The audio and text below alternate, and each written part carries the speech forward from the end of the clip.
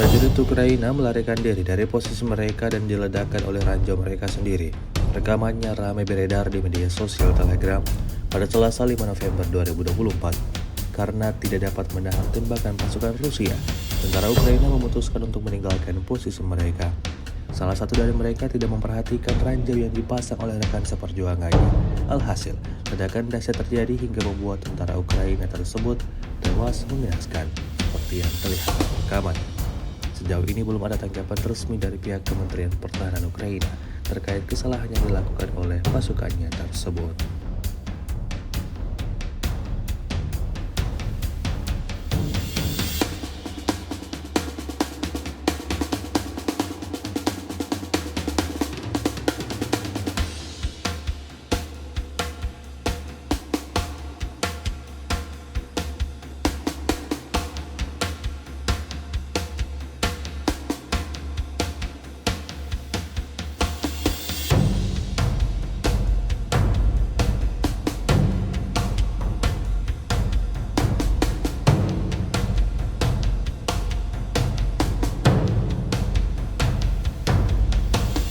Download Tribun X sekarang, menghadirkan lokal menjadi Indonesia.